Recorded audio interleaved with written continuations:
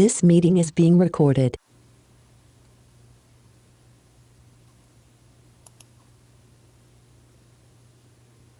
Good afternoon, Ava here. I would like to welcome everyone to the iBUG Apple Workshop for Saturday, June 26, 2021. Thank you for joining us this afternoon. More and more of the blind and visually impaired community are finding the Apple devices to be useful assistive technology tools in their daily lives. Whether at home, at work or school, or on the go, the accessibility features of the Apple devices have cleared new pathways for the visually impaired to be more productive, consume online content, stay connected through social media and have fun. This meeting is being recorded. To enhance the quality of the recording, please minimize side conversations. Also, please set your devices to mute and use your headphones to not disturb others. If we hear any phone ringtones or voiceover speaking aloud, we will unfortunately have to remove you from the meeting. We ask that everyone stay on mute, unless, of course, you have a question or comment. We have an exciting meeting planned for today. We will first review some iBUG announcements and some recent Apple news and rumors. Then, Carla, David and Keith will demo some third-party apps. Finally, we will spend any remaining time to answer questions you may have. I would now like to turn the meeting over to the iBUG guy, Michael McCulloch. Ready to go, Michael? All right, yes, thank you, Ava. We are all set to go here. And again, welcome everyone to our Apple workshop. And we've got a number of people that have called in today. And for those of you that are listening to this via the podcast playback, also welcome you. Just want to make a few announcements here, housekeeping kinds of things. Whenever you do need to mute or unmute, if you're on a PC, it's Alt-A. If you're on a Mac, it's Command-Shift-A. If you're on the iPhone, it'll be buttoned up down in the bottom left corner. An iPad, it should be up at the top, so slightly off center to the right. And those are the ways you can toggle your devices off and on. Oh, if you just called in on a phone, *6 will be your toggle to mute and unmute. So with that, what we'll do is go ahead and unmute everyone, and we'll just take our time, go around introducing ourselves, say your name, where you're from, and for our icebreaker question this month, the question is your preference on swimming pool or the beach. So it's just a one-word answer, pool or beach, and we'll take a tally on those. So I'm Michael from Houston, and I'll say beach. Nancy from Bend Beach. This is Herbie in Houston Beach.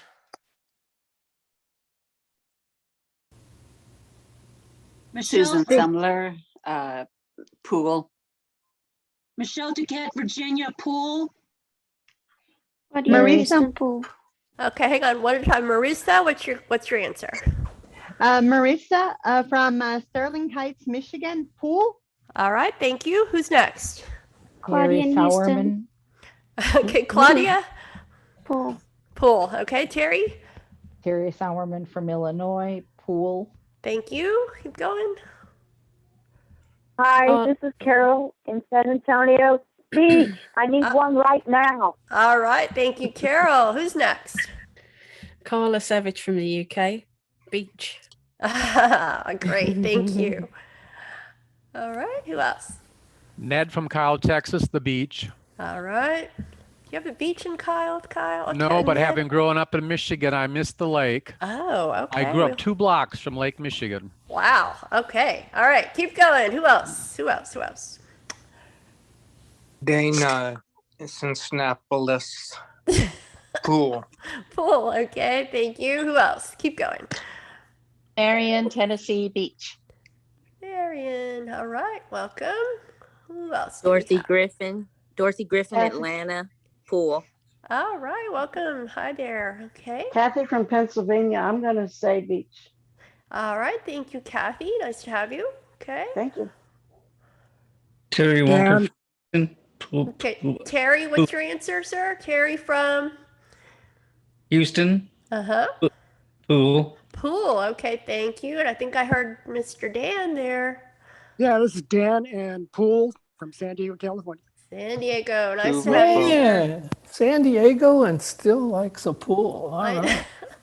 All right, he's got the most beautiful beaches right there. Okay, keep going. Who else? Hold on, Suva. What you got? What's your choice? Pool. Pool. Okay, thank you. Who else? Hey, it's Hershey's. Hershey. In Central Florida and Pool. Pool? Seriously? All right. Okay, thank you. Okay. Who else? And Jim piped in there about. Oh, Jim. Yeah, North Carolina. I like the beach if there's no riptide. Oh yeah, those riptides can be a. Thank you for that, sir. Who else do we have? Jim Williams, North Carolina Beach. Oh, hey there. Welcome, sir. Glad to have you. Welcome. Yeah. Thank you. Wow, 2 Jims. We're in big trouble now. Thank you, sir. Glad to have you. Okay. Who's next? We love troublemakers on this call. Okay, so feel the love. Keith Okay. in Austin. Keith. And as lovely as they are in Texas, the beach. All right, good deal with our brown water, but it's beautiful and warm. Okay, who's next? This is David from Houston. David's here. What's your preference, David? Pool or beach? How about a pool by the beach? That's what I said about troublemakers, I tell you. Where you Thank can you, see the David. beach from the pool, that's nice. You know. We can't see anyway, so it doesn't Well, matter. you Okay. kind of. We could hear it. We could hear the beach from Well, the you can pool. hear the sounds of the waves. There you go. Thank you, David. All right, who's next? Miss Linda. Linda. I'm with David. Okay, pool All by the right. beach. Okay. Yeah. All right, who's next? Thank you, Linda. Jose from Houston, the beach. Jose, the beach. All right. Anna, what is Anna's preference? Piscina o la playa, amor? I don't know. She doesn't know right now. She Okay, doesn't one- know. It's all good. Okay. I'll pick for her La Playa. Wow, that's one word he knows in Spanish. Very good, Mr. McCulloch. Okay, who's next? Monica. Monica. The pool. The pool. And what about Raul there? Raul from Houston. I'll go for the beach. All right, sir. Way to go. Thank you for coming. All right, who else do we have? Freddie from Galveston County, Freddie. and I'd say pool. You are in Galveston. For those of you who don't know, that's like our beach in Texas. So, okay, very good. We'll let that go. We still love you, Freddie. All right, keep going. Anybody else out there? Anybody else? No? Dave McIntosh, I'll say pool. Who's that? Dave McIntosh, Oh, Dave McIntosh. Where are you from, sir? Houston. Houston. All right, glad to have you. Pool, okay? And He I did say see Clarice. I don't know if she got a chance. So anybody who joined, just say unmute, say who you are, where you're from, and whether you want the pool or the beach in light of the beginning. Okay, Debbie from New York. Hey, Debbie, what you got? I love the beach because of the sound it makes, although I get a little scared. And I also love the pool, so I'm 50-50 on each. How's that for a 50-50. Okay, we'll put you on the pool by the beach category there. Okay, glad to have you, madam. Okay, who's next? Anybody else? Didn't get a chance? This is Paul in Arlington, Virginia, and I can't swim. Well, that's beside the point. We're going to put you Okay, by the beach. beach then. You can enjoy Thank the you. beach. All right, very Yeah. good. Where do you want to drink your margarita? Yeah, swimming is really irrelevant here. All right, anybody else? All right. Well, very good. Elisa, Appreciate- what about me? Oh, Elisa, go ahead, Elisa. What about me? No, I'm just kidding. Go ahead, Elisa. What's All your right. preference? All right. Elisa and Porter and Pool. Cool. Okay. And this is Sandhya in Houston, and I prefer the beach. All right. So there we go. All right, very good. Thank you, everybody. And we'll catch some others here at halftime if didn't get to answer or introduce yourself. I think there may have been a couple of people that are first timers to this particular meeting. If you could just announce yourself, and we just want to welcome you, give you a special welcome. First timers to this meeting. the Saturday Apple Workshop. Maybe I'm first time. I've done other workshops. I'm not sure. Okay. Okay, say your name. That's Debbie. Debbie Yes. in New York. Okay, Debbie, what kind of Apple devices do you own? Well, I have I don't know if a Google thingy, smart speaker is Apple, but it seems like it acts like an Apple device. And I have an iPhone. Okay. Well, it'll connect to the iPhone, but okay, go I ahead. also sorry, Michael. I also have an Apple TV. Oh, and okay. I have an Apple computer that I use for Jam Kazam, which is how I play with my band virtually. Oh, very good. Cool. Little MacBook. All right. Anybody else? First timers to this meeting? Jim Williams in Durham. Oh, Jim in Durham. Welcome, sir. iPad and an iPad 10 and an iPad Pro. Okay. iPhone 10. Yeah. Okay, and I heard David there. In Grand Rapids, Michigan, and it's beach. Oh, okay, and great. And what is your Apple device? Do you have any Apple devices? It's a 6 SE. Perfect. Great. All right, very good, very good. All right, well, that's just awesome. Have everybody, all these new first timers to our meeting, and we've got people from all around this side of the pond and the other side of the pond. So great to have all of you. Let's see. Not Buster, let me. Also, I'm going to, hang on. also, no, not yet. Okay, go ahead. All right. Also want to recognize anybody for the month of June that may have had a birthday or an anniversary. Any birthdays or anniversaries out there for June? Yes, I had the 26th wedding anniversary on the 10th of June. It's Carla here. All right, Carla, very good. Congratulations. Thank you. This is Herbie. Herbie. Yep, I had a birthday in June. Happy birthday, Herbie. Yes, sir. Another year older and wiser. Anybody else? Birthdays, anniversaries? Okay. All right. Well, very good. Okay, now we can go ahead and we're going to mute everyone temporarily. And we've got a few announcements to make. Hold on 1 second. Oops. No. Hold on. I will go ahead and start the announcements while she's Wait. figuring out what to do. Of course, that'll mute me, and I'll have to go back and unmute, but.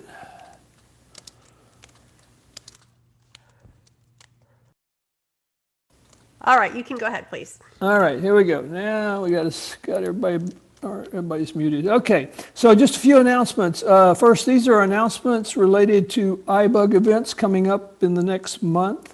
I'm not going to cover everything. What I will direct your attention to, though, is our website, ibugtoday.org, where you can find all of the different types of training events and social events that we sponsor. But I do want to just highlight a few. Coming up next Saturday, July 3rd, we are on Clubhouse. And we started this a couple of months ago called iBUG Unplugged. That's where we just totally basically unplug from our normal mode, and we don't do any kind of training. We just get together and have discussions among the group, getting to know each other better. And our topic next Saturday will be what I wish I knew when I was younger. So, all those things that we do, all those mistakes we made, and get to talk about those. All right, then our book club, Vila Book Club, is on July 8th, and we're currently reading the book, The Glass Hotel by Emily St. John Mandel. And there's another co-author, I can't remember the name, but you can find that if you don't already have it on NLS Bard. And the number there is DB 98955. 98955. And you still got plenty of time to read that. It's about a 10-hour book. And that's on Thursday, July 8th at 6:30 p.m. And all these times are Central Time.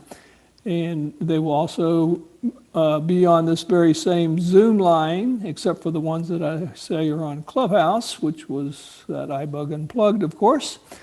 Then on Sunday, June 11th, 2 weeks, a little over 2 weeks away, 4 o'clock p.m., we have our iBUG Cafe. And there we're going to do some deep dive into some summer game apps. That's always a fun thing we do during the summer, look at some games. So please join us for that. Then also back on Clubhouse on the fourth Thursday of the month, which is July 22nd, we have It's iBUG's Life. And that's on Clubhouse again. And that's also a new social type thing we're doing. And one of our members, George Batiste, leads that group discussion, and the topics vary on different types of independent living, life skills, tips and tricks, that kind of thing. So that's always a good one to sit in on. And then we will be right back here in a month for on July 24th for the iBUG Apple Workshop. So same time, same station.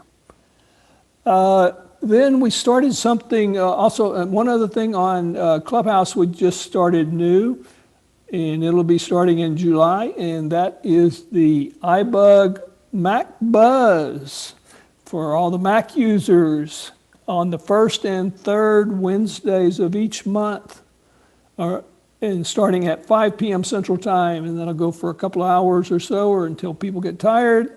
The iBUG Mac Buzz, and that's going to be led by Herbie Allen.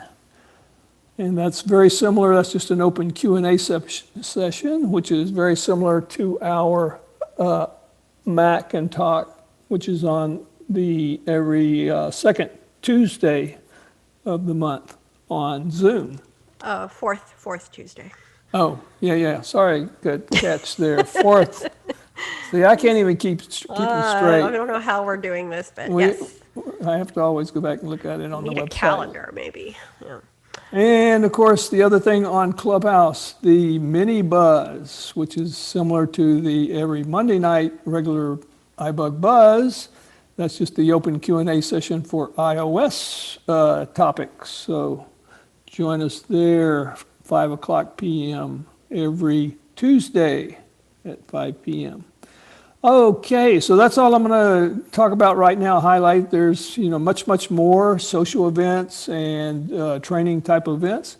One thing that I do want to highlight again, and most people already have been taking advantage of this, every Friday night, our iBUG Night at the Virtual Movies, starting at 8 p.m. The movie starts, but you can join in early. Some people come in as early as 7:15 or so and have some social time together, play some song guessing games and other fun stuff. So that's always a good time. And then after the movie, people stick around and have a short discussion. So join us for that every Friday right here on this same Zoom line. The final thing I want to talk about is our one-on-one training. We have a one-on-one training if you're new to the iPhone, new iOS users, our Jumpstart Mentoring Program. And I'll let Sandhya tell you a little bit more about what we do there. All right, so our iBUG Jumpstart Mentoring Program. If you need help, you're a beginning user, you just got your iPhone and it's still in the box or barely out of the box, and you are like, why did I get this thing? Because I don't know how to operate it. That program is for you. I would encourage you to fill out the application on our website, ibugtoday.org. And there's a mentee application. And once you complete that, we will match you up with one of our lovely volunteers and we will help you. It's a 12-week program. It's all totally free. Everything is free. Everything that we have mentioned, that Mr. McCulloch has mentioned up to this point. is all free, including this mentoring program.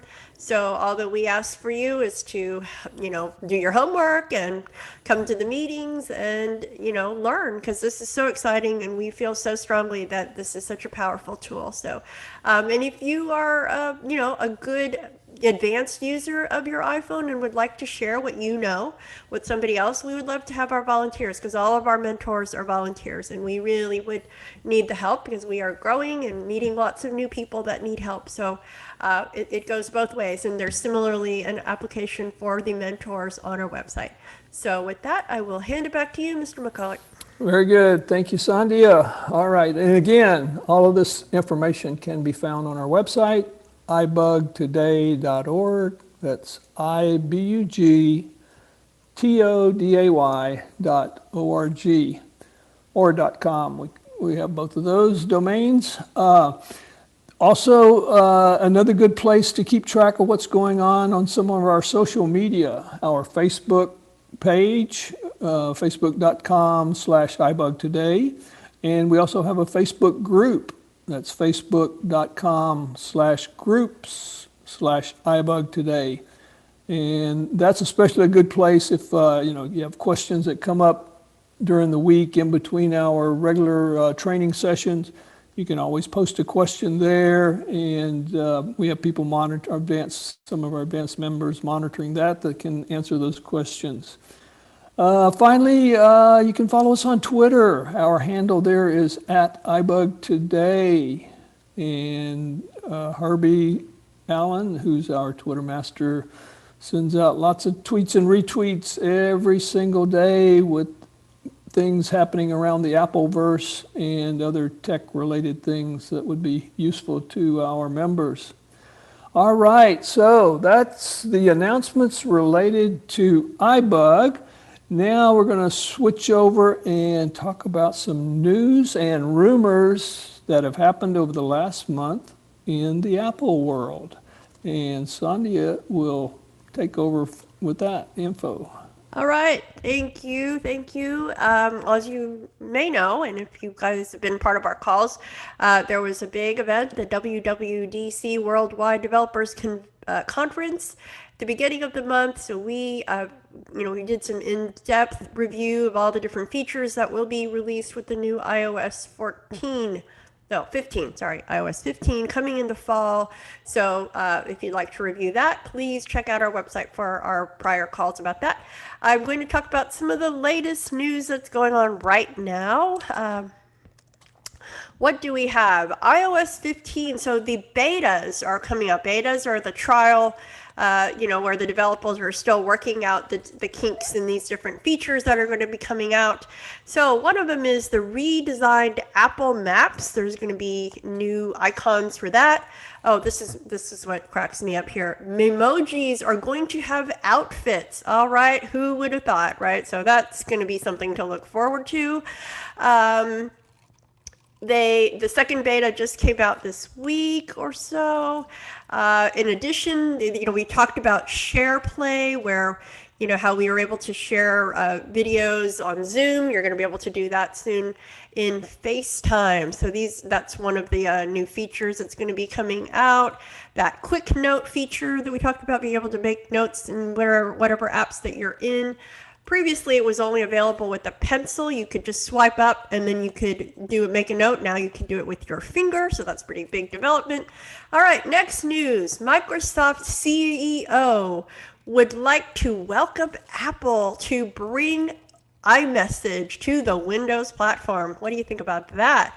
So following the company's reveal of Windows 11, Microsoft CEO Satya Nadella, he sat down with the Wall Street Journal's Joanna Stern to discuss the next generation of Windows and possibility of Apple bringing some of its services, such as iMessage, to Windows. So that would be pretty cool. So one of the major themes of the Windows 11 is its openness to third-party app marketplace, and Microsoft's end goal of making its platform the center of creativity.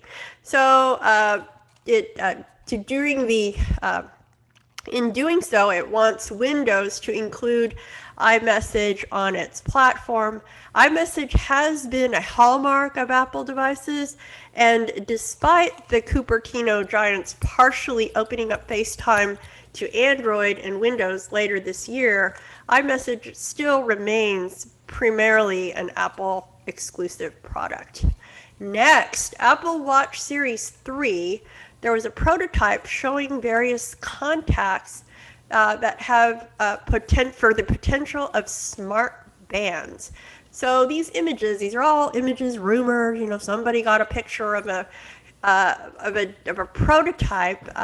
This person, his name is Giulio Zampetti. Zampetti. Sorry, I did practice.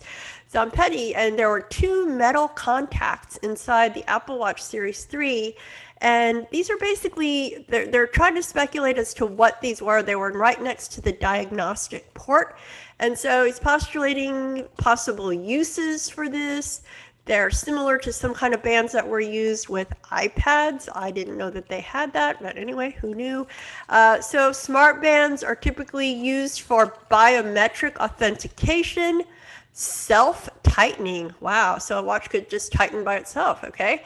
LED progress indicators could be used as well with these indicators, and other possibilities are for batteries, displays, cameras, blood pressures, and who knows, other possibilities. So these are just possible speculation on those contacts. Okay, now, since the pandemic, we've gotten so used to our favorite communication now is Zoom, right? Well, they've come up with an update recently.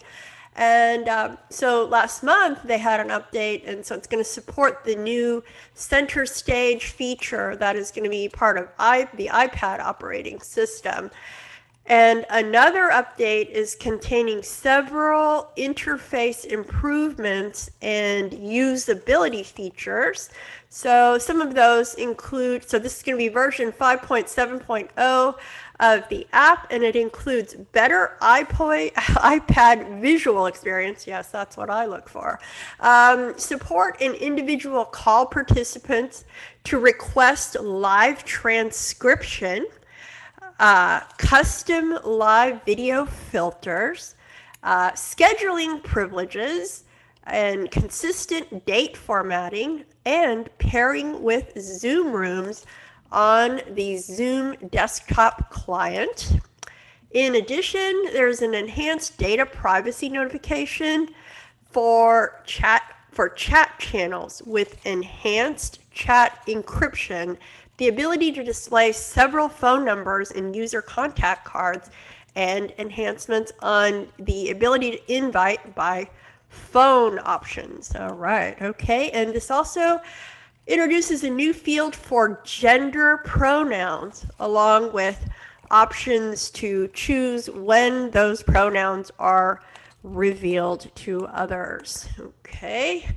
Next, we have iOS 15 hotspot connection features, stronger WPA3 security. Okay, well, this is pretty important because we all have been in a doctor's office or somewhere where it's an unsecured network. Okay, so this is what this is starting with iOS and Apple and iPad OS 15 later in the fall. Hotspot connections are going to have from iPhones and iPads will be more secured with improved WPA3 security protocol, and this offers improved security and upgraded measures in place to prevent password guessing. So that's very important. If somebody gets your phone and they're trying to guess, well, is it 1, 2, 3, 4? Well, then you know what? Somebody's going to be out of luck.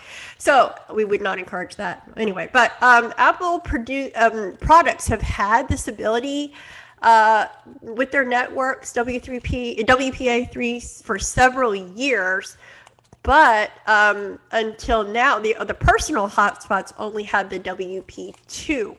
So this is going to be for everything. So for the typical user, the hotspot connection experience in iOS 15 is going to remain the same. However, there are added benefits. So despite people being told, hey, use a strong password, hardly anybody ever does it.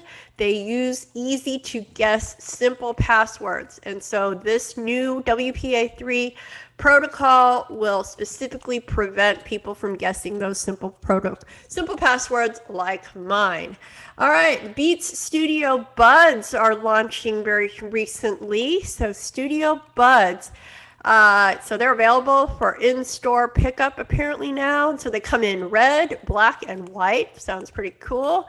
What else? What do they do? They do not have the long tips like our AirPods, so that's interesting.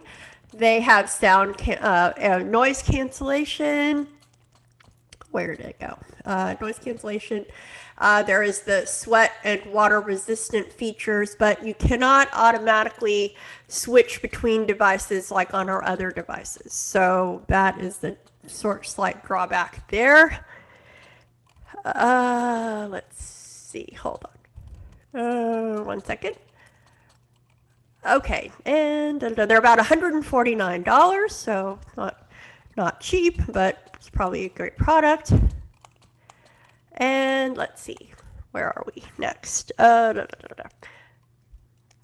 guess.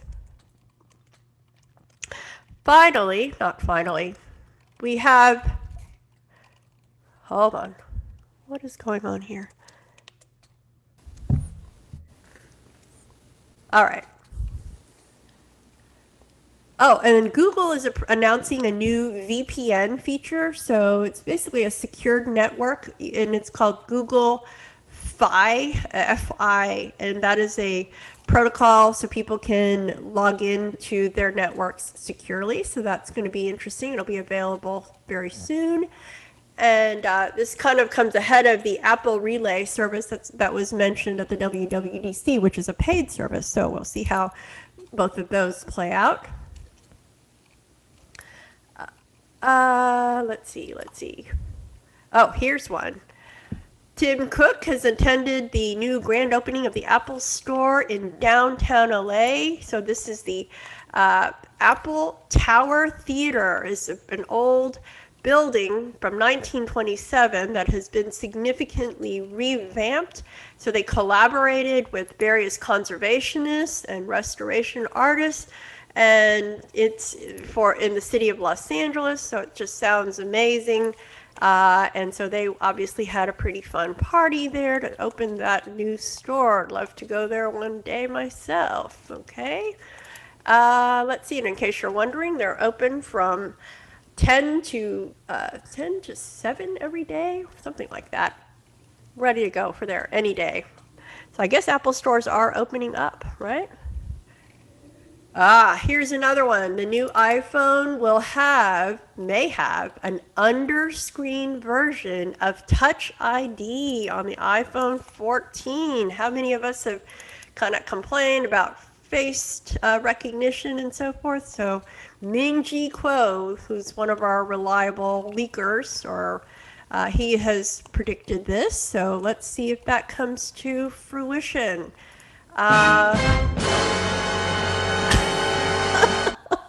Okay, I guess we are at our end. So I hope there's lots of Apple news, so we will draw that to a close at that point. And just one final thing, there is some news for one of our callers who is always worried about the anti-tracking provisions on our AirTags. There's some new firmware out there, and apparently it will automatically upload to your phone, and you do not have to take any active steps, so have no fear, all the dads out there, so we can protect our children with AirTags. All right, sir, we are finished with the Apple news. All right, man, lots going on in the Apple world. Thank you, Sandhya. All right, let's see. Can we unmute everyone again, see if anybody has questions on any of our announcements or any of the news and rumors, or if anybody else has any other news and rumors they might want to share? All right, hold on. We are 1 second. All right, people should be able to, so please say your name and wait to be recognized before you start speaking. Anybody? Elisa. What were the headphones you mentioned in the Apple News, I believe? Right, they're going to be the Beats headphones, and so I guess they're out already, and so we will check them out. They're $149, so it's pretty comparable to the AirPods. Do they have the same tip as the AirPods, or they don't? No, they do not have the tip, so that's one of the big differences. Oh. So great question. Anybody else? I think it totally kind of like fits in your ear, doesn't it? It's round. Yes, it's completely round. Okay. Yes. Susan? Yes, ma'am. Yeah, you were talking something about, I guess, the new iPads coming out, if I understood right, but you were saying a bunch of words, tech words, that is another language to me. I was wondering if you could say it in a simple way, if you could. Yeah, some of the things were, it's it was mainly about, it's not really necessarily new iPads, it's the operating system and what you'll be able to do. Basically, some of the features that were mentioned during the WWDC, as far as using notes in different applications. There's some quick ways to access the notes application and other things like that. So it's not necessarily new iPads right now. I was just mentioning what capabilities they're going to have. And one more thing too, are they starting to merge? Does it look like Windows and Apple eventually is going to merge? It sounds like it to me. Anyway, that's all. Okay, great question. I doubt it. Those are two, behemoths in our tech world, so they're trying to be friends. So let's encourage that. So yeah, great question. Anybody else like to have a question? Say your name or you want to add anything? Anything you want that you heard about? All right, Mr. McCulloch, I think we're okay. So we have a little. What do you call it? Technical difficulty? No, we have a gift card to give away. Oh, that's even better than a technical difficulty. We have a $10 iTunes gift card. See how closely people were paying attention to the news and rumors. I hope so. It's pretty exciting. So the question is, and again, don't yell out any answers. You got to say your name and wait to be recognized. We'll go based on who we hear, what names we hear first. So everybody can unmute, right? You still got Yes, everybody's able to unmute, and we reviewed the procedures. The mute button is at the bottom, so that's a toggle. So that's the quickest way. Unmute, say your name, and then whoever we hear first, we will recognize you. Okay, so this is a pretty easy question.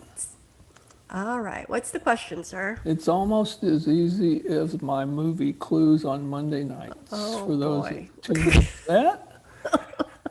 Maybe even easier. Okay, in the new iOS 15 that'll be coming out in the fall, September sometime, Sandhya mentioned a feature that will help provide some additional security. What is that protocol?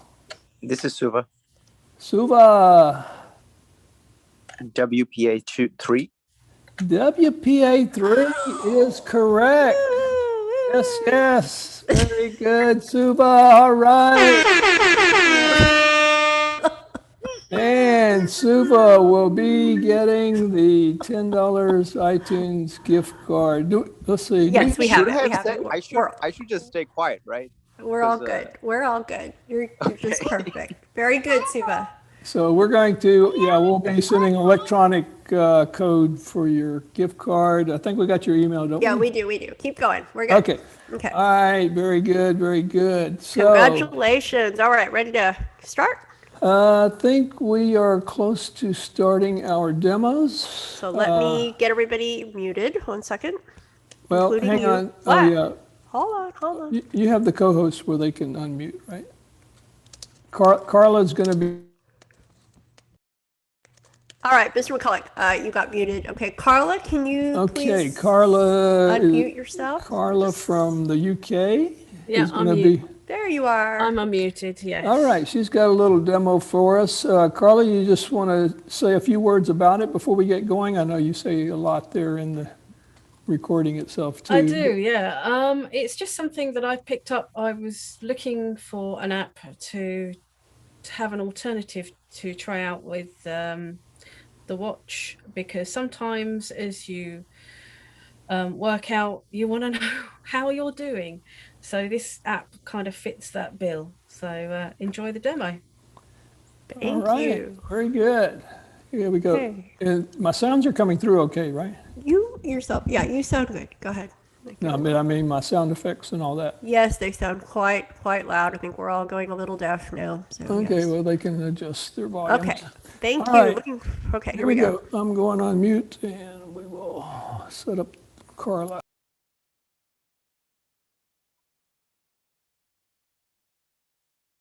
Hi everyone, it's Carla. Today I wanted to talk to you about a couple of fitness apps I use that are made by a company called Fit Digits Incorporated. These apps are iBiker and iCardio. They do other apps as well. They do iWalk and iJog and Run. There's a whole heap of them, but they all work in the same way.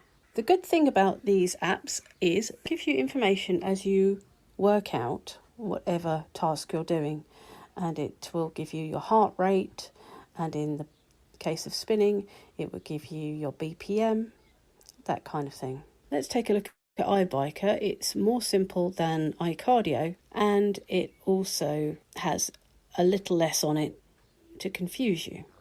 iBiker. The idea of this is that it keeps track of your heart rate, and if you have an Apple Watch connected to your iPhone, then it will use your Apple Watch to determine your heart rate and give you readings and that kind of thing. They are free apps, but you can pay, if you wish, a subscription to give you more information should you wish to have it. Let's take a look at iBiker. Along the bottom you have 5 different tabs. You have Health. The Health tab is the first one. That will give you all sorts of information like your weight, your resting heart rate, your max heart rate, your LTHR, which is your lactating heart rate, and that is where you get out of breath. Then it gives you your fitness level and your calories that it estimates that you burn on a daily basis if you are just sitting doing nothing. Then you have the Results tab. Results. So it will give you your workout history on here, and you can double tap on there and it will give you information. So let's take the spinning one. Spinning, duration, 21 meters, calories, 124/21/21, CPM, 5.7. Actions available. So if I double tap on here. Menu back arrow, April 21st, heading, 3 dots, button, April 21st, 2021. Wednesday, 9:57 p.m. 21:3. 110 AVG BPM, 125 max BPM. So that gives you your average BPM.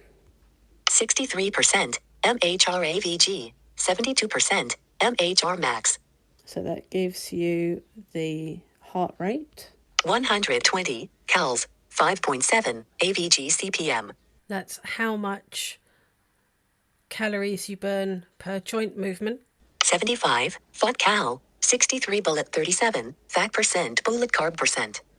Gives you your fat and carbs. Page 1 of 7. Adjustable. And there's more here, so it will show in graphs. If you were to cycle outdoors, that you would see a map there. You could set markers, but we wouldn't ever use that particularly. Neither is the graph. So this next page is your recovery. So this will show me how quickly my heart rate comes down after doing a workout. And then the next page, intervals. And I think the last page is just a diagram. So that's basically what you can expect to get on your results. So you can look at each workout and see what your results are. Main tab, tab 2 times 2 launch activity. That's your activity tab. That's fairly self-explanatory. but there are some unlabeled buttons, which is why I used the word fairly self-explanatory. So after your main tab, you have your daily tab, and that has a whole load of unlabeled buttons, which are not really useful. The only thing that's useful in there is it tells you the last synced day. And then the last tab on there is a menu, and that gives you all things about messaging people, teams, support, all the partner apps that they work with, and that kind of stuff. So the only other interesting thing is the activity settings, and that's found in the main tab. So if we go through the main tab now, it will show you the last workout that you did. It will also show you the data of that last workout, so the calories you burnt, your heart rate, your MHR, and all that fun stuff. So it will show you all that at the top, and then you get to the fun stuff, which is spinning button, where you would select what you want to do. At the moment we're selected on spinning. That's good because that's what we want. Left carousel button, that's a previous button. Right carousel, that's a next button. So you could choose something else should you want to do that. So after the spinning and the previous and next activity selectors, you have an activity settings, and you can tweak a few things in here, one of which is to select Apple Music. If you subscribe to Apple Music, you can have that as a playlist running in the background. Apparently it selects the music according to the BPMs you are riding at. I've not tried this yet, so I don't know how that works out. There are also things to do with setting intensities and what you want to have spoken. That's about it in there. So that's pretty much the apps, and they are the same. So all that is left to do now is to jump on the bike. So I'm now on the bike. I have my water ready. I have my watch on, my trainers on, and we're ready to rock and roll. So let's go to the watch. Ibiker, heading, spinning. I have selected spinning on the watch. Activity selector left arrow, button. Activity selector right arrow. So that's the previous, play, pause, and next. Activity selector gear, button. Those are some settings, and you can actually start and stop from there as well. Standalone indicator, button. That is your watch indication. Casting indicator. And that is to cast to your phone. So, without further ado, active button. Let's get on with the job. Ibiker, heading. Ibiker. 5, 4, 3, 2. Workout started. You heard my watch there as well, counting, and the phone. And now I'm pedaling away. Let's have the fan on. That's all good. Now I can pedal away, and if I had sorted out the Apple Music side of things, which I haven't yet, apparently I should be able to get the music to work too. If I were to look at my watch, Pause. Button. Page 1 of 8. Adjust. Entering zone 2. okay, so now I've gone out of my warm-up and now I'm into zone 2, and I can start putting on the resistance. Let's see if we can get this thing up to zone 3. That's going to take some doing. Because zone 2 is quite extensive. So let's push the resistance up a little and push me up quite a lot. So you can, if you want to, check the phone or the watch. 116. So BPM. At the moment my heart rate is up to 116 beats per minute. Z2. 67%. 67% in zone 2. 104130. MHR.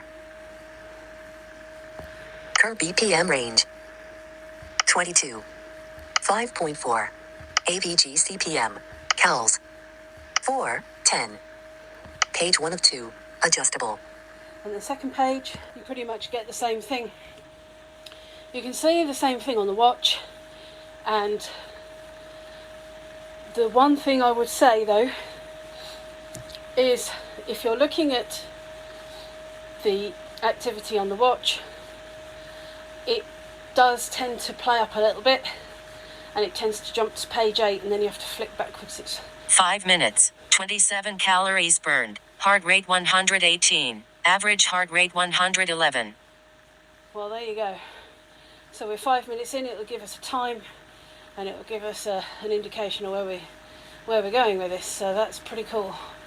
20 minutes, 119 calories burned, heart rate 114, average heart rate 114. Okay, so we've done 20 minutes. So we're doing all right. And if you look in the watch, Dismiss. Interval 2. Interval 2. Interval 2. Ibiker. Pause. Page 1 of 8. Adjustable. so I could pause it if I wanted to, which I'm not going to. Page 2 of 8. 114. Ibiker. Heading. Pause. Page 1 of 8. You see what I mean? 166%. MHR. 123. Cals. 20. 42. Page 2 of 8. Adjustable. So you do get With one finger to adjust the value. an idea of what's going on with the watch, but it is a little bit temperamental. But what is quite nice is that you can check it on your phone as well, should you wish to, and it does give you a readout every 5 minutes, which is rather cool. 25 minutes, 150 calories burned, heart rate 116, average heart rate 115. See if I can get into zone 3. I have to get above 130 for zone 3 beats per minute, heart rate. So let's see what we can do. Entering zone 3. There we go.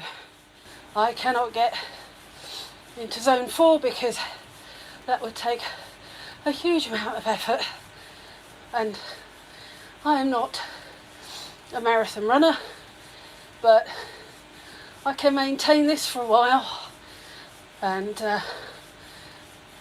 just about keep talking to you at the same time. So it would be interesting to see what my heart rate is right now. Heading. 174. Cals. 28. 14. 28. 28. Cals. 107. MHR. 79%. BPM.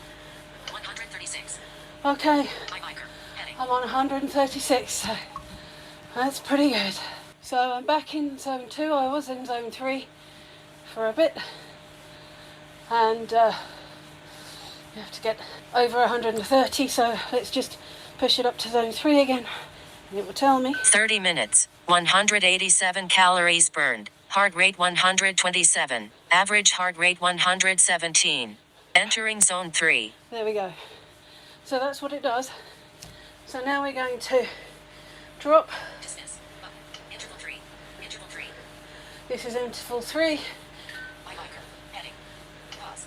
Page 1 of 8. So now 30, 29, 30, 1, 3, 30, 32. Page 8 of 8. Adjust. I'm just going to switch it back to page 1. Page 1 of 8. Pause. Pause. Recovery. Workout paused. Recovery. Recovery. Recovery started. Okay, so I've just switched the recovery on the watch. I'm going to ease off, let my heart rate come down, and it will now calculate my recovery time. So now it just calculates my heart rate dropping as I just ease off and just let the bike roll around and just relax and ease off. So it all depends on how quick my heart rate recovers, and it will measure it all the way so that I have an idea. Recovery complete. Workout totals. Time, 30 minutes and 50 seconds. Average heart rate, 118. You burned 194 calories. You did it, Carla Savage. Yay! So I did. So that is Ibiker, and iCardio works, as I said, in exactly the same way. And you don't have to start it with the watch. You can start it on the phone. Either or works. And although it's a little bit temperamental on the watch, it is possible to do it. I hope you enjoyed it. All right, all right. Wow, Carla, she is a savage beast. Oh, I feel tired just listening to I that demo. know. It was awesome. I was about to drop off my chair just sitting here. Wow, way to go, Carla. Let's see. I think, are we going to hold questions till Yeah, we're after gonna hold all the questions, demos? Okay, yeah, to make sure we have time. Yeah. yeah, we've got 2 more demos to go. So that was super, super, super. That just absolutely deserves a little. Way to go, Carla. Thank you, Carla. Yeah. All right, so we're going to come back. Hold your questions, everybody, and we will, if you got any questions for Carla for the iBiker demo, then we'll come back to that. Let's see. Next up, I think we have David. David, if you want to unmute and just kind of give us a little intro of. Oh, yeah, hi. Yeah, mine's a little more sedentary. So it's basically using the camera, like to take a selfie, and then how to like caption it, and then also send it to someone, and kind of go through the whole procedure. So. All right, very good. Yeah. Very important stuff to do. Everybody's wanting to take selfies, and of course, we as blind, visually impaired people, we want to take selfies too. So David's going to show you the cool way to do it and to be able to share that with everyone. All right, so I'm going to go back on mute and key up David's demo here.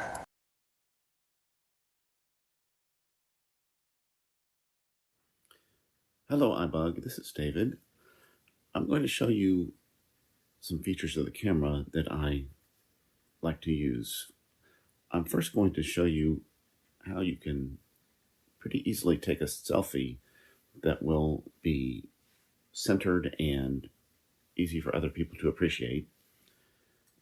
Then I will show you how to caption that photo, or actually any photo in your photo library. And then I'll also cover how to share photos through the Photos app. So first of all, I'm going to open up the camera. Open the camera. 0 people. Okay, so when you open up the camera, it comes up to the viewfinder. And usually Voiceover will start immediately giving you some feedback. Like right now, it's my rear-facing camera is pointing away from me. In fact, I use the rear-facing camera, not the one built into the screen, or the front-facing camera. So when I'm pointing it out away from me, as you can see, it's telling me 0 people. And it makes little blippy noises, I don't know what else to call them, that kind of tell you when you're getting level. So let me flip the camera towards myself. And so what it's going to do, it's going to give you feedback as to where your face is in terms of the framing. So you won't get like your face way in the bottom and all cut off and everything. So you'll be able to share your entire face with the people you want to share with. Okay, so I'm going to just be quiet for a moment, and you can just see how it reacts while I move the camera around.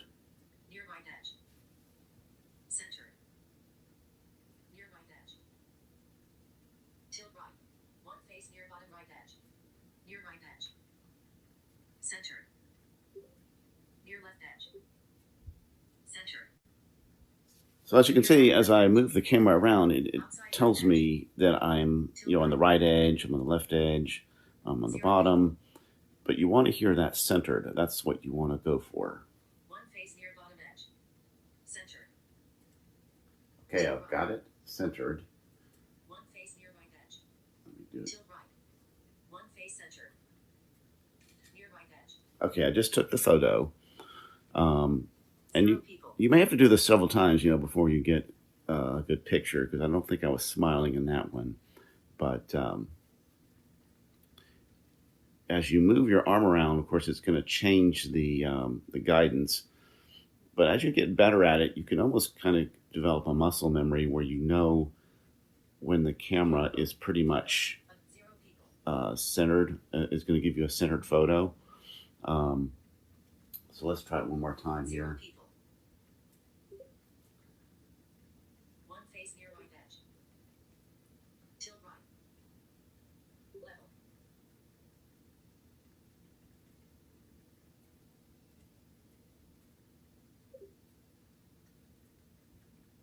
Tilt right. One face centered. Tilt right. One face near right edge. 0 people. Okay, so I took my second photo. And I think that one was better because I know I was smiling. So the next thing I'm going to do is go into the Photos app to look at the photo. So from the camera, you can go on the bottom of the camera. There's going to be selections. Take picture button. There's your take picture button. Photo and video viewer button. Photo and video viewer. Camera chooser. Back facing button. There's camera chooser. I'm on back facing. Tilt left. One face outside right. Take picture button. Take picture. Camera mode. Camera control status. 0 people. Camera controls. Level. Flash. Automatic. Viewfinder. Viewfinder. But I want a photo and video viewer. Camera controls. Camera controls. Live photo. Off. Button. Camera mode. Photo. Take picture. Button. Photo and video viewer. Button. And I'm just swiping from left to right to get to these buttons, and they're at the bottom of the camera, the bottom of your screen as the camera app is open. So there's photo and video viewer. I'll double tap on that. Okay, so it's got the photo I just took is going to be the one that pulls up first. It goes from the most recent photo. So let's see what it says here. 9:17 a.m. Actions available. A photo containing a frame, and a dog, a painting and a window. Maybe David. Okay, I just tapped on the screen, and of course it gives you a little more feedback as far as like the time of the photo, what else might be in it, including it says David. Now, somehow my daughter set up this so it identifies all the photos that I'm in as me. I'm not really sure how she did that, and that might be something I need to look into for a future demo if we can do it easily. She did it in like 2 seconds. So and so now all my photos that I'm in, it always says photo may contain David. Okay, so we are. Photo chooser. Photo 194 of 194. I'm tapping kind of near the bottom of the screen now. Toolbar. The bottom Share left. Button. There's your share button. Favorite. Switch button. Off. Favorite button. Edit button. There's your edit button. Delete button. That's where you would double tap if you want to actually delete the photo and get it off your camera roll. Delete button. Okay, so those are the main buttons. So you got delete. Edit button. Edit. I'm going now from right to left, swiping. Favorite. Switch button. Share button. Toolbar. Photo chooser. Photo 194 of 194. Adjustable. And then there's your photo chooser. You can actually swipe up and down to get, through your photos. Or you can use also the, like the 3-finger left and right gesture, like you're flipping through, like your home screens or like a document. You can use that same kind of gesture. So what I was going to show you was how to put a caption on here. So when you go back later to look at your photos, you're going to know, what was in this photo, and it'll help you, stay organized and everything.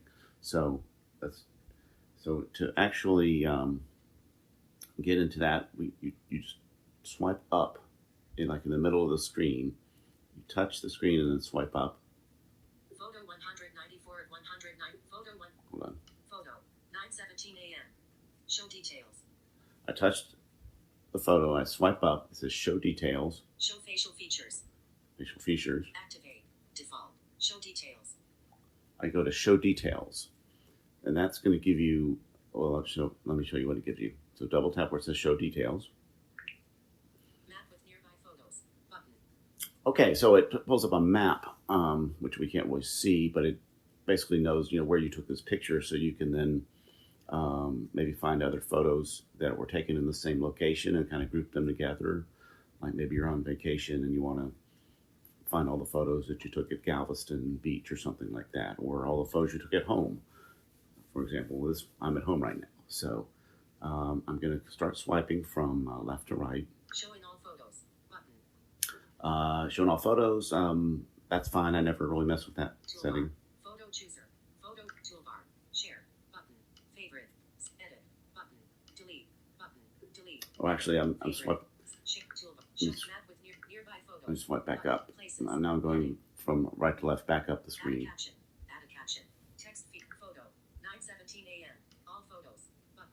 Today. 9:17 a.m. Back button. So I'm way back. Okay, I'm back at the start of the screen here. So the first thing you got, of course, is the back button to get out of this. Today. 9:17 a.m.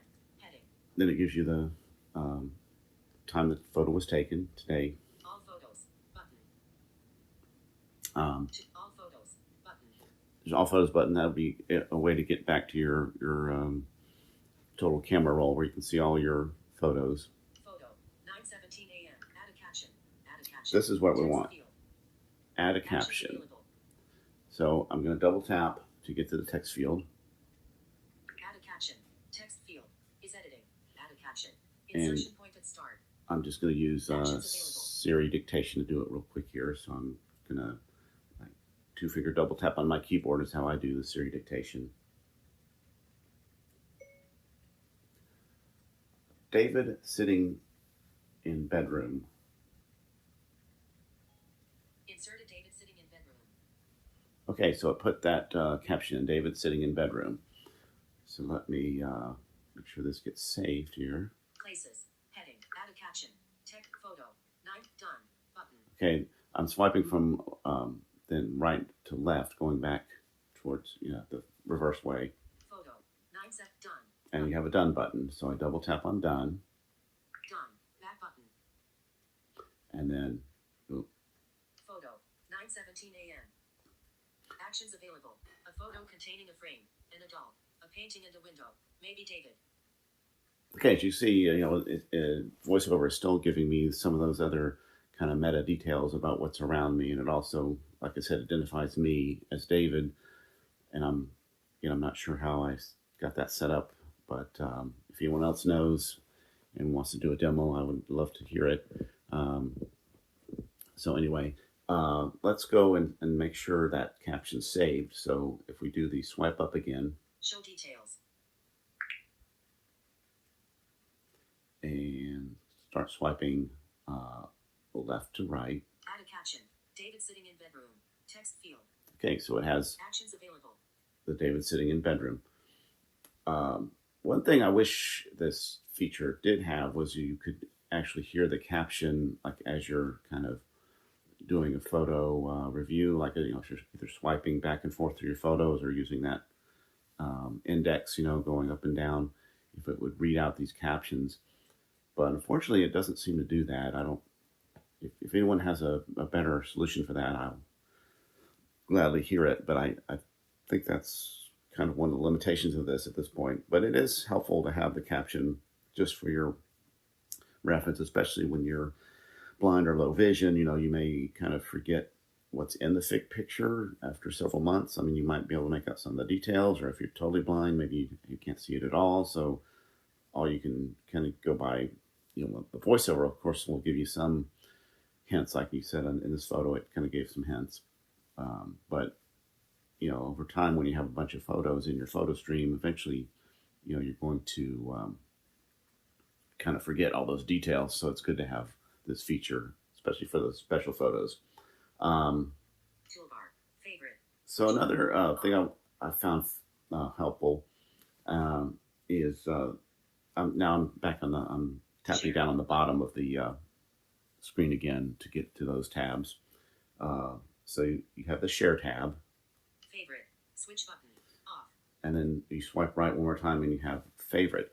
So if you turn favorite on, it's going to tag this photo in a favorites section of your photos. And this is going to be very helpful when you want to make sure you kind of highlight this photo, and it helps keep it from getting lost in the, like I say, I have almost 200 photos on here. So it's nice to have a favorite so you can kind of pick the ones that you think are the most important, so you don't get accidentally delete them or something like that, or you can get to them really quick to show people or things like that. So so the final thing I was going to show you guys was sharing this photo. So right now I'm on favorites. Edit. Favorite. Switch button. Off. Now I could turn this on, but I don't think this is a super great picture. It's just a kind of a throwaway selfie that I did in my room. So I'm gonna edit. Favorite. Switch button. On. So right now it says switch button on. If I double tap again, off. It's off. So now I'm gonna swipe from right to left again to get to that share button. Share button. There's my share button. So that's one of the, I guess, really cool things about the Photos app is that you can, of course, share your photos to people via many different routes, Facebook, WhatsApp, of course, messages, email, a variety of different ways you can get them out of here. So I'm going to double tap on share. Share. One photo selected. Bullet location included. Heading. Okay, so it says Actions one. Available. Sorry. So it says one photo selected, and after this, I'm going to go over like how you can maybe select multiple photos, like if you have a group that you want to send to somebody. But right now, we're just going to do one photo. So I'm going to start swiping from left to right. Close button. Photo selection list. Photo 9:16 selected. Photo 9:17 a.m. Image. A screenshot of a list. That's just live photo. more about my photo I just took. Annette Williams. WhatsApp. Okay, so it's got some of my WhatsApp contacts here. I don't know why it puts WhatsApp first. I wish it would put messages first, but Shelly Carly. AirDrop. There's AirDrop. That's where you can, of course, AirDrop it to someone if you use that feature. Messages button. There's messages. See, I'm going to double tap on messages because I want to message this to somebody. So I'm going to double tap. Text field is editing. Insertion point at start. Okay, so it brings up a typical text message interface here where it wants you to, of course, address it. So first I'm going to put in, I guess I'll send it to Sandhya. S-A-A period N-N-X-D-D-H-H. Results. Sandhya Rayo and Michael McCullen. Chevron. Sandhya Rayo +1 713 2. Okay, so I didn't want to reveal her phone number, but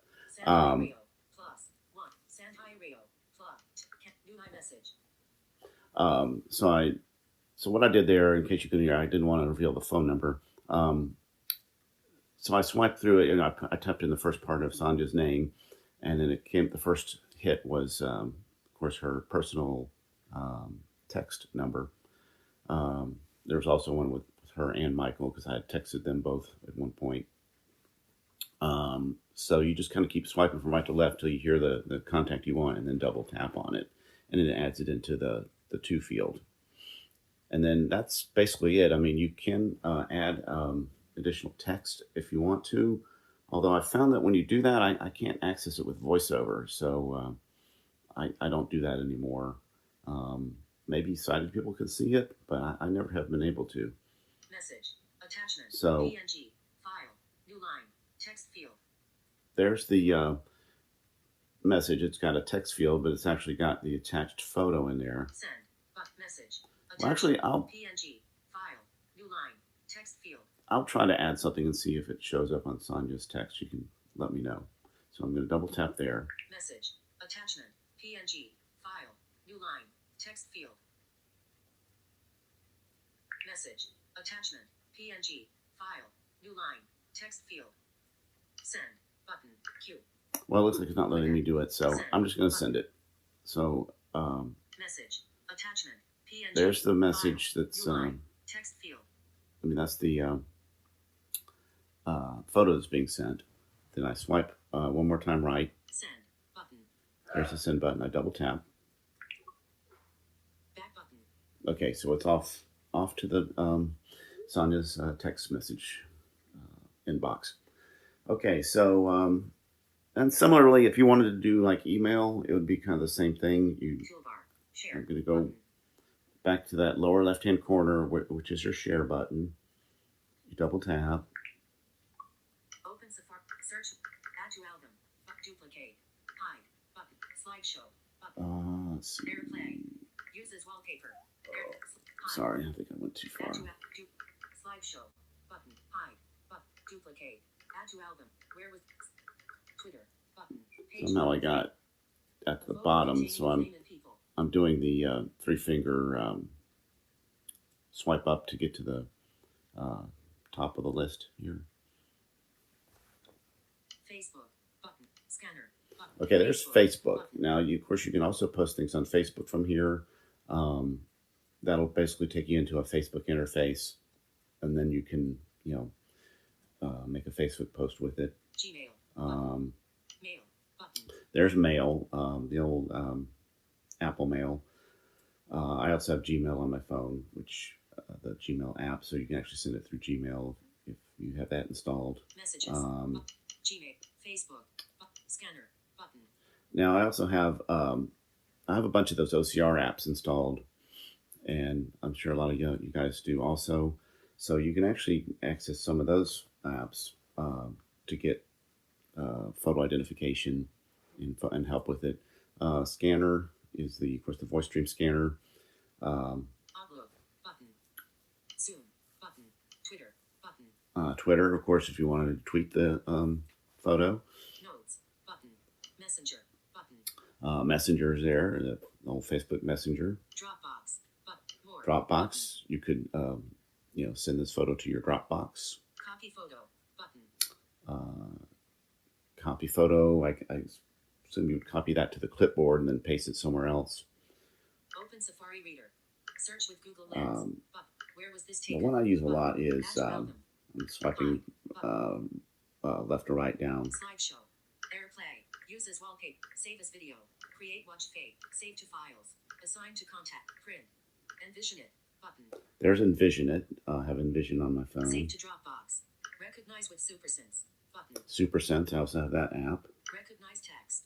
Button. Recognize text, that's actually Prismo Go. Say if you, I find that does a good job with text information. Say if you took a picture of a receipt or something like that, or some kind of document, you could go in and recognize the text. Recognize with Seeing AI. Recognize with Seeing AI, that's the one I use the most. And I know we're not, able to go over Seeing AI. I know we've talked about it quite a bit in this group, but it does a great job of identifying stuff in photos. I think even better than the built-in one that I showed you with voice. Yes, yes, yes. Thank you, David. Taking selfies. Boy, I took several selfies of me while we were sitting here listening to the demo. And I've got everybody's phone number that's on the participant list for Zoom, and you should be getting a beautiful selfie of the iBUG guy shortly. All right, all right. Thank you, David. That was another awesome demo. Yes. All right, very good. I was just going to follow up that I did receive his message, and it does have the caption. So super cool, David. Thank you. Very good, very good. Okay, yeah, and save those questions. We got one more demo, and it'll take about another 20 minutes, and then we will be ready to open it up for questions and answers. in the last 20 minutes or so. So now we are going to turn it over to Mr. Keith, and he's actually going to do a live demo for us. Live from Austin. Coming to you live. All right, So, there he is. I was trying to think of something to that may benefit us all that we work on daily, and this is something that many of us have bad words for, about, and sometimes have bad words with, and but preparing for today, I realized that, man, we underutilize Siri. Siri does a lot of things. Many of our daily activities, whether it's production or entertainment, Siri can shortcut a lot of things. So I'm going to go through some basics of Siri real quick, just kind of list them. And then I have several that you may know or not know about that I thought were pretty cool that can help us or entertain us through the day. So starting off, this assumes that you are up to date on your iPhone. I don't know that it's necessary, but just so you know, I'm updated and I'm using my iPhone 8. And if you have Hey Siri invoked, you can ask your iPhone, Hey Siri, to do these. I do not have that feature turned on. So in the case of the iPhone 8, I use the home button. I just press down the home button and ask her to do these things.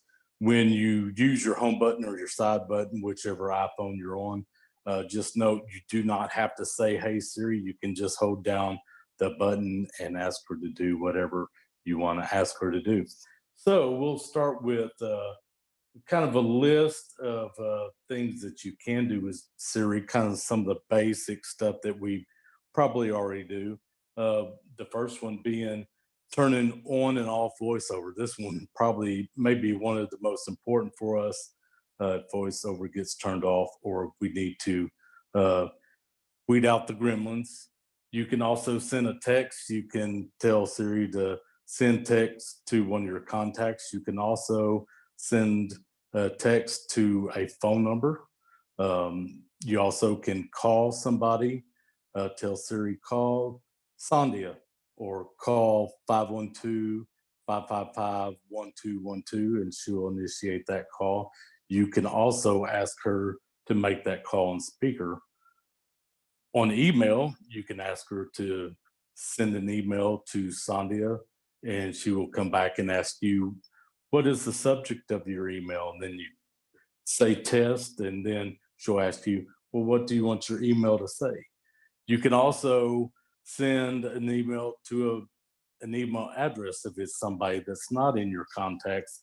For instance, send email to keithpevoto@gmail.com, and she'll go through the same steps, and at the end she'll say, are you ready for me to send email to such and such?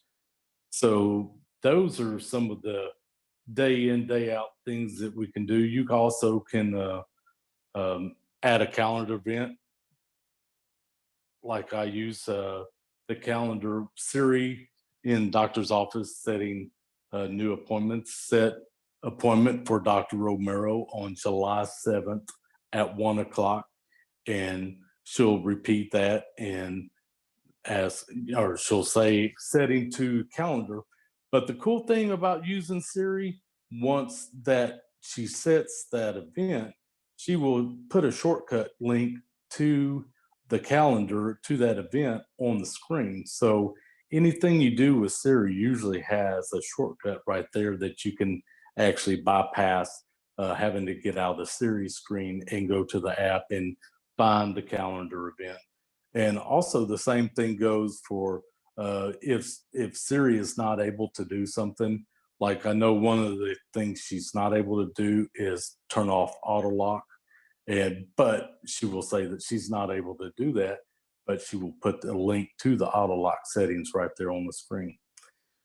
She can also, if you ask her the weather, she will use your current location, or you can Also ask what is the weather in Houston, Texas, and she will give you the weather for Houston, Texas. Also, you can ask her what is the news, and she will give you on my Siri. I don't know if it's somewhere where you said it. I haven't gone that deep, but I can ask Siri what is the news, and she will give me the current NPR news. Also, you can ask Siri what time is it, and also what is my battery charge, and she will give you your battery charge and your percentage battery charge, which is real handy. You know, those you don't have to get up to the status line and find those. And you also can set alarms, and you can also turn on and turn off alarms. You can set reminders. You can take notes, and you can tell her take note, and whatever you have your default folder set on in the notes app in settings, she will send that note to that folder. You also can I guess go through different settings and toggle them on and off, like airplane mode. You can tell her turn on airplane mode, but just beware, if you do turn airplane mode on with Siri, it will turn Siri off, and she will remind you of that, because when you turn airplane mode on, of course, it turns Wi-Fi and cellular data off. So you have to go into settings and or the control center to manually turn Siri back on. You can also turn off Wi-Fi, turn off Bluetooth, turn off cellular data. You can turn on Do Not Disturb, turn off Do Not Disturb. You can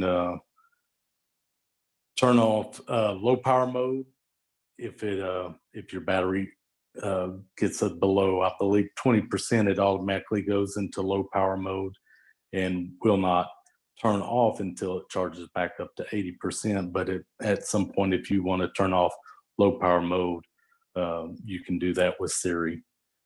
And those are some of the basic ways we can use Siri on daily activities. But there's several that I found that I thought were really fascinating. The first one is, of course, you can open an app using Siri. Let's go ahead and open up an app. Open the Zoom app. Zoom, pair, button, meet and chat. Okay, one cool thing about Siri, say you have a new app or you just downloaded an app from the App Store that you have no clue of the layout, but you want to get to settings. Once you're in an app, you can ask Siri to open preferences. Okay, get in your settings for Zoom. And she will Apple Arcade. Open up the Settings, back button. settings right there in Zoom. So like I said, that is real handy, especially if it's a brand new app. You do not have to go searching for that Zoom tab or where the settings, or excuse me, the settings are in that app. Also, I do not have automatic updates turned on, so occasionally I know that an app needs updated. So instead of going in the App Store and finding that app and tapping on the update Facebook. Update the Facebook app. Okay, searching for Facebook on the App Store. App Store, Facebook, search field.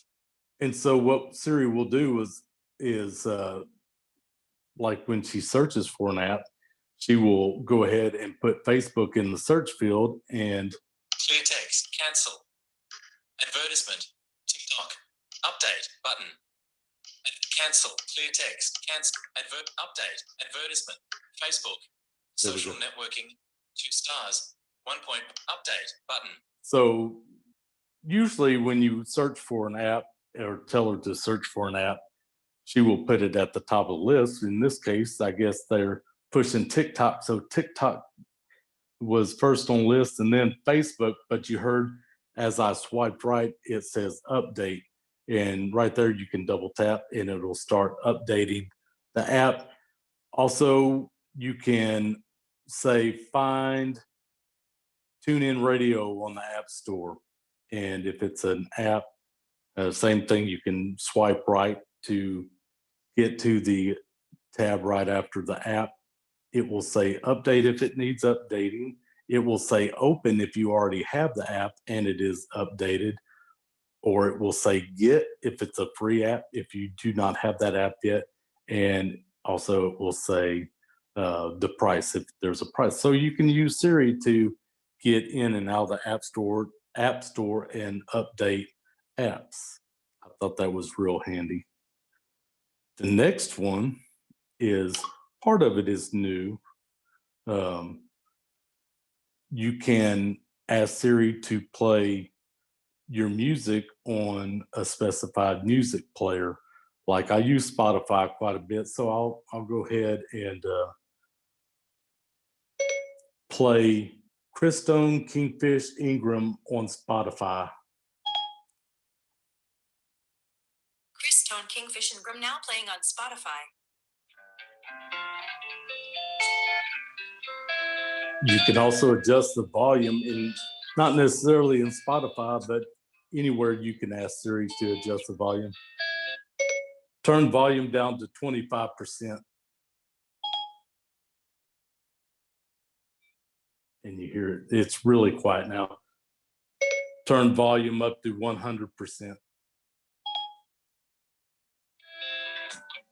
All right. Another cool feature now, you can tell Siri what is your preferred music. If you're an Apple Music subscriber or Pandora or one of those, just like in this case, you can tell Siri what is your preferred music player. Siri, my preferred music player is Spotify. Spotify hasn't added support for that with Siri. Usually she doesn't say that. I think it's because I said it already. But now play Christone Kingfish Ingram. Now playing Christone Kingfish Ingram. So she did go and play it on Spotify. So you can, like I said, if you're an Apple Music user or a Pandora user, you can tell Siri, hey, my preferred player is Apple Music, and you do not have to tell her play such and such on Apple Music. You can just tell her play such and such, and she should automatically go to that player.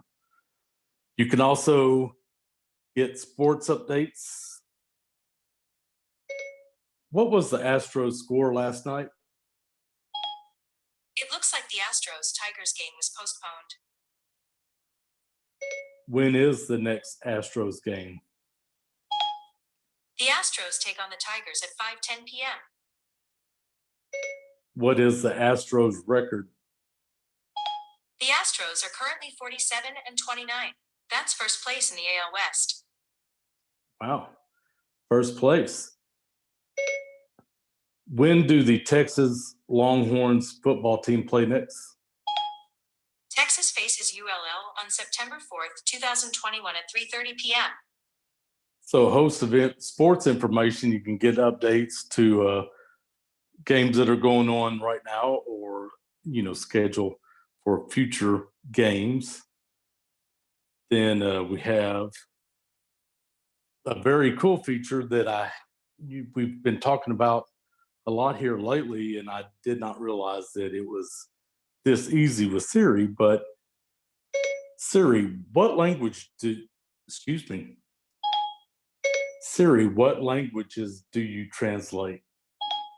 I can translate from English into Arabic, Brazilian Portuguese, French, German, Italian, Japanese, Korean, Mandarin, Chinese, Russian, and Spanish. Wow. How do you say hello in Spanish? In Spanish, hello is hola. How do you say hello in French? In French, hello is bonjour. Very cool. So you heard the languages she translates to. So if you need a word or, just curious of a new language, there you have it right at your fingertips. You also can ask her to find a word or spell a word. And just so you know, a lot of times for me, these do not work. And well, they do not work all the way. You can ask Siri, what is the definition of a square root? What is the definition of a square root? Square root means a number which produces a specified quantity when multiplied by itself. So that she was able to give that definition. A lot of times she will either stall, you hear a dunk. If you hear a dunk, you can explore the screen with one finger and find that definition and have your voiceover read it. Excuse me, Keith, I was just going to let you know you Yes. get about 2 minutes to go. Great. So same thing with spelling a word. You can have Siri spell a word. And I will tell you, I rarely am able to have Siri spell a word, but she'll put the word right there on the screen and you're able to go through character by character and spell it out using voiceover. Let's see, another something you could do, you can do calculations, whether it's simple math, 2 + 2, or the square root of 37, or what is pi. You can also do conversions. What is $20 in pounds? $20 is 14 British pounds and 41 pence. So you have some conversions, say, or, like math, if you're out at a restaurant, need a calculated tip, you can do it with Siri. Also, you can ask her how many days until a certain day. How many days until December 12th, 2021? It's 169 days until then. Okay, so everybody has 169 days to save for my birthday present. And then you can also ask her how many days has it been since a previous date. How many days has it been since July 6th, 2017? It was 1,451 days ago. Wow. So that's how many days I have been meatless. And so those are pretty powerful tools. And some of it's just, sitting around, hey, I wonder how many days it is until then, or, information that you use, activities that you do daily. Oh, and also to wrap it up, I have one more. You can ask Siri to turn on the flashlight. And this is helpful for those of you who might have a little light perception, or if you're have somebody that will help you who is sighted. You also have to have Hey Siri turned on to do this, but I'm thinking that's a good way to find your iPhone. If you misplace your iPhone, you can also, if you have Hey Siri on and you're able to see a little light, just say, Hey Siri, turn on flashlight, and she should light up for you. So those are some things Siri can do. So maybe not so many bad words go her way now. Very cool. Very cool. That is something. It's just so much. And I know there's even more that you didn't even get a chance to cover there, Keith. Appreciate that. All right. We are now going to open it up for anybody that has questions. Again, please. Well, before we can do the questions, let me just remind everybody, all of our meetings are recorded. And if you missed anything, you can always go back and listen to the recording. They're on our website.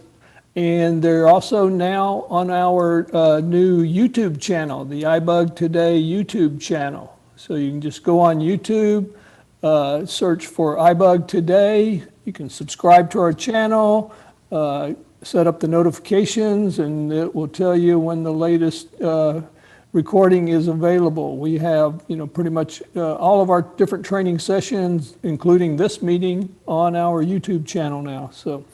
All right, now we will go ahead and open it up for questions. This is Herbie. Go ahead, Herbie. Okay, so Keith, this is a super important question for you, my friend, and that is, what exactly is the birthday present we are saving up for?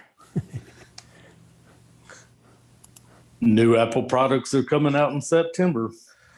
Oh, Yes, I see. yes. Okay, well, you're. Ned. Go ahead, Ned. My question to Keith is, does Siri connect to iTunes? You mentioned Apple Music. Does it connect to iTunes? I am not sure. You can ask Siri to open up iTunes. I know it's worth a try.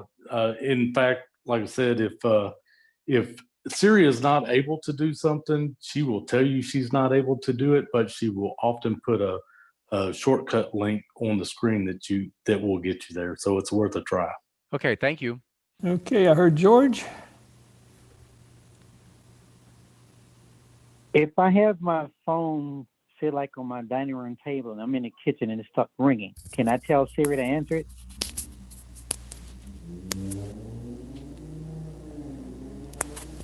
Cricket, cricket, cricket. This is Herbie. Okay, hang on. Keith, did you have an answer, or you want to let Herbie? Go ahead, Herbie, if you have a better answer. No, Siri cannot be done for things like that. No, you can't even do that really with the HomePod. I don't think so. Well, the HomePod doesn't even ring, but no, you can't use Siri to answer or hang up a call. Maybe that's something that might become a thing once the new onboard Siri modules become that's popular. what I'm thinking. Yeah, future OS. Go ahead, Sri. I was able to answer the call telling Siri. I had to yell it because the phone was ringing, but if you're close to the phone, you can yell to say, hey, SIRI, answer call. Okay. This is Terry. Go ahead, Terry. I would absolutely agree. You can. In fact, I was able to do it I was in my kitchen and my phone was in the living room here, and I was asking her to tell me, well, I have used it to answer a call, but then I was also asking her to tell me the schedule of the games, baseball schedule for today. And, she reads a few of them and then says, would you like to hear the next few games? And I was able to get her to do that too. You have to, as Sri was saying, you have to yell it out more, but yeah, you can answer calls This is with Keith. Siri. Okay, very good. Keith, go ahead. I was just going to say, I was thinking that you could with Hey Siri, but just make sure to answer a call, you do have to have Hey Siri on for her to answer a call. Okay, good point. All right, that must have been one of the iOS 14 updates came through. Okay, anybody else? Questions for not only for this one on Siri, but the previous ones on taking selfies, sharing selfies, or the Ibiker app? This is Dorothy. Go ahead. Okay, if you change it to, let's say, Spanish and you don't speak it, how are you going to tell her to turn it off? This is Keith. It's actually just a simple translation. So you aren't actually turning anything on. You're just asking her to translate an English word to Spanish. There is a way that you can put languages into your rotor, but that's another conversation. But Siri's just translating English to these different languages. Okay, thank you. Very good. Currently unmuted. This is David. Go ahead, David. Yeah, I had a question about the iBiker and the other fitness applications. How do they differ from the ones that are built into the watch? Are they that much better, or? They're just they're just different. The iBiker gives you more information. It will give you it gives you the MHR, which you don't get on the Apple Watch. It also gives you your CPM rating, which is your sort of calories to joint ratio, and it also gives you how much calories of fat you're burning, so you can see all that. So you don't get any of that on the Apple Watch. You just get calories burnt on your Apple Watch, and you just get your basic heart rate on your Apple Watch. And you also, although you on your Apple Watch, you will get a notification that you're so far through. I think it's every 10 minutes it will notify you, whereas iBiker and the other apps will tell you every 5 minutes. So and also you get a cool down feature, which you don't get on the Apple Watch as well. So there are some definite benefits to having that one.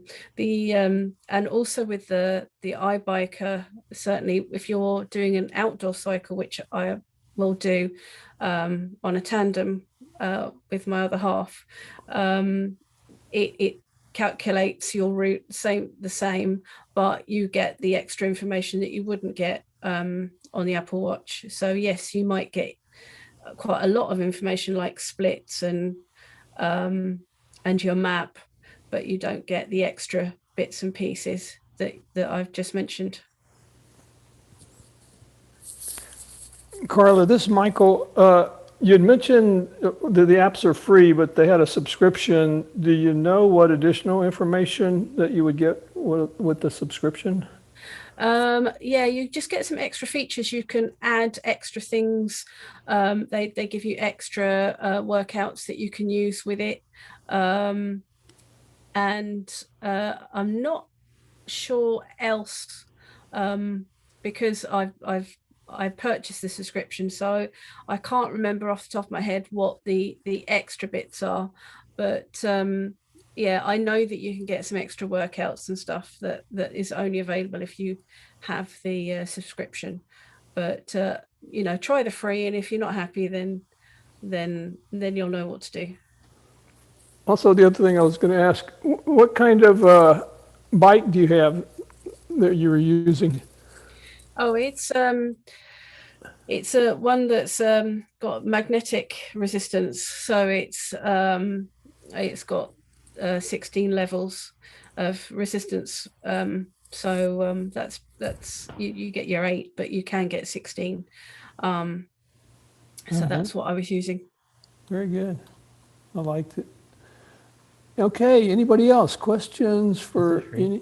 Go ahead, Sri. Carl, on the watch, do you know, is there a particular model that it doesn't support? Does it support like one of the older watches, or is it just based on iOS? Yeah, I think it would support probably, I believe you would probably go from a series, well, it's just got the watch app, but it would probably go from a series 3 up, I would think. This is Sandhya. Yeah. Go ahead. I had a question for David. I think this is what you said. When you were taking your picture, you had the rear camera facing you. So the screen, the actual screen of the phone is away from you. Is that correct? Yeah, that's how I do them. Now you can do it with the front-facing camera. That's more beneficial for people who can see, of course, because they can see themselves in the viewfinder, and kind of line it up that way.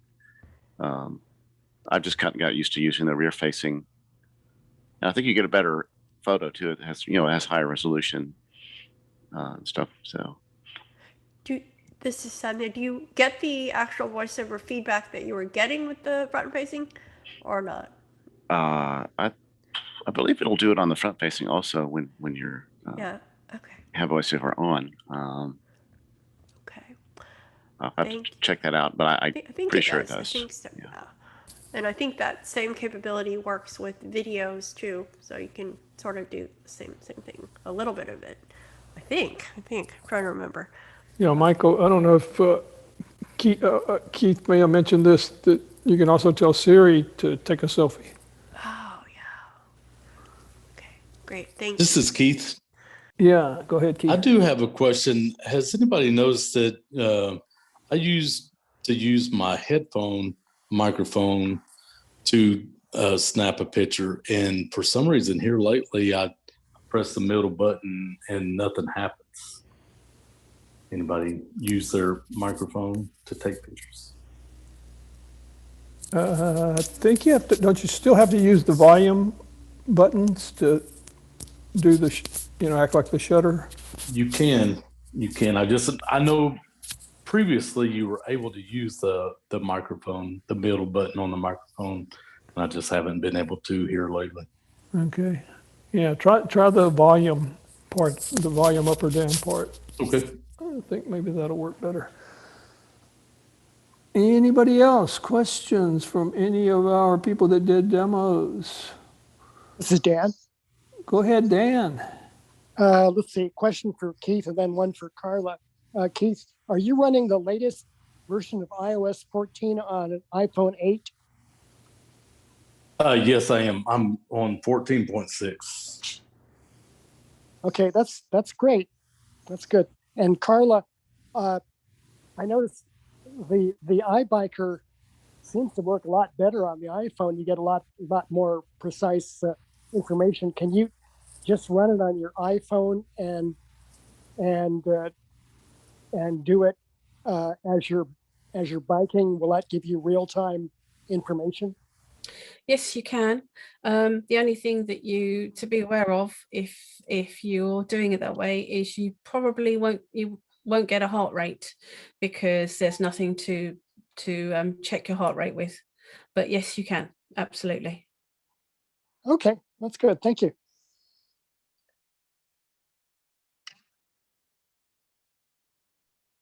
This is Sri. Go ahead, Sri. I know you mentioned that there's a lot of things in Siri we didn't cover, but I just wanted to make one thing that found interesting is I was sitting outside and there's a plane over my head, and I asked Siri what plane was over my head, and it told me the flight information. Oh yeah, that's a pretty cool one.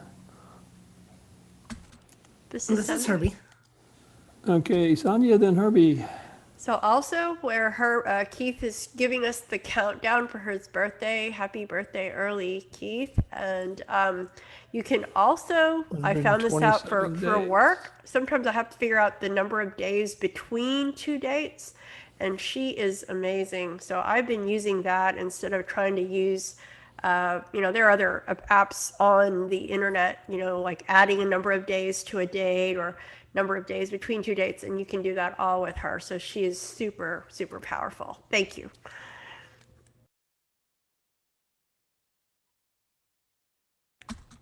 Go ahead, Herbie. So I'm assuming though, like going back to the question about the iBiker and all that, if you want to use your phone,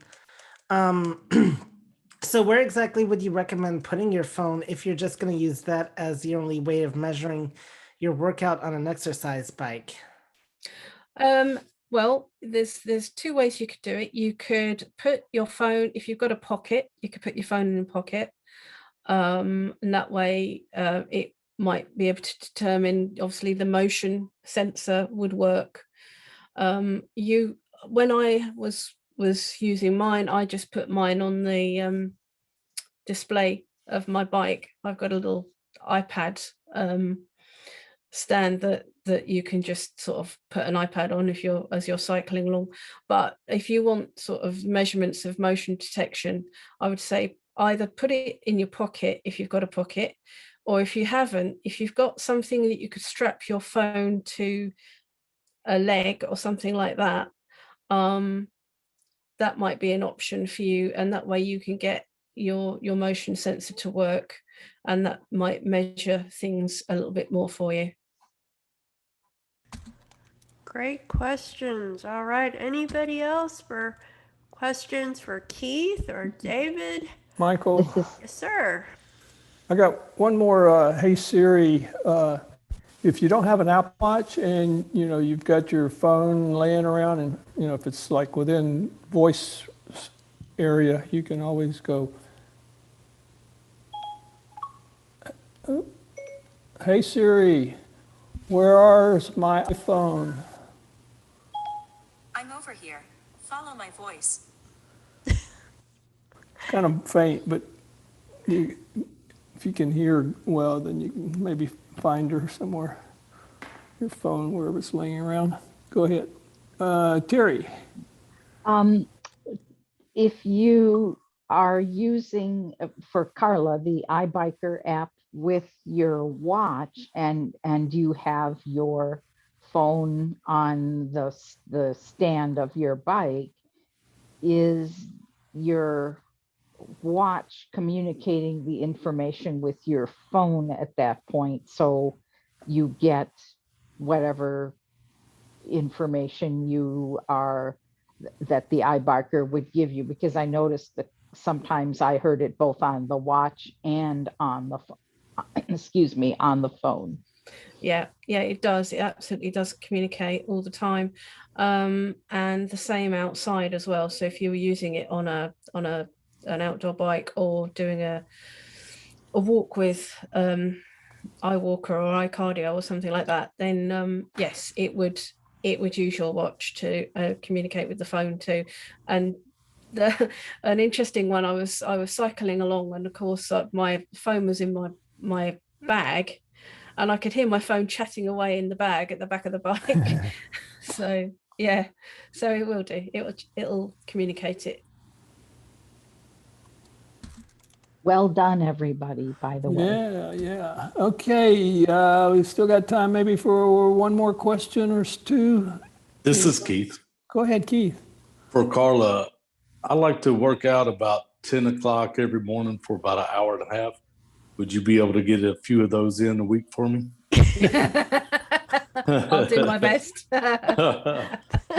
This is okay. Go ahead, Sri, then Sandhya. Carla, does this keep a log, or how long does it keep a history log of your workout? Well, I've run it for a fair few months, and I can go right back. It also integrates with your health app too, so you can you have to allow it at the beginning. There's quite a bit of setup you have to go through, which I didn't talk about.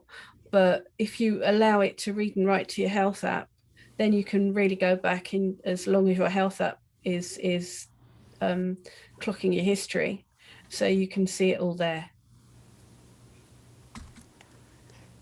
Very good. Okay, last question. Anybody want to take the last question here? Sandhya had one. Sandhya. Okay, this is just a follow-up. Sorry.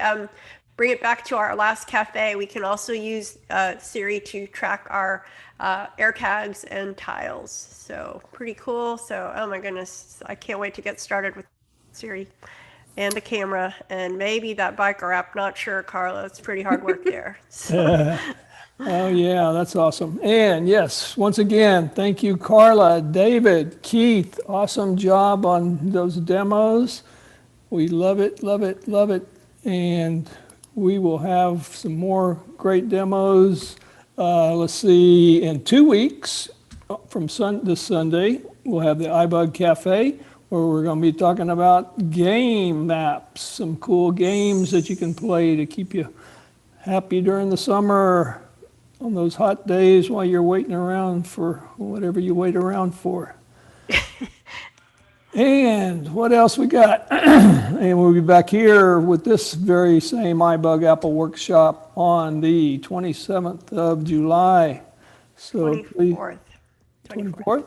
Oh, yes. 24th of July. I better correct my date. Okay, very good. And finally, just to close out, for everyone that participated today, thank you. And thank you again to all of our demoers,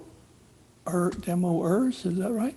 Demolishers? Demonstrators, not demolishers. Demonstrators. Oh, demonstrators, yes, yes. Thank you all. Yeah. All right, very good. Thanks, everybody. Great having Good night. Bye-bye. Have a great, safe week, and happy 4th of July. Good night, everybody. Bye-bye. Goodbye, everyone. Yeah. Thank you. Join us Bye. tomorrow. Thank you, guys.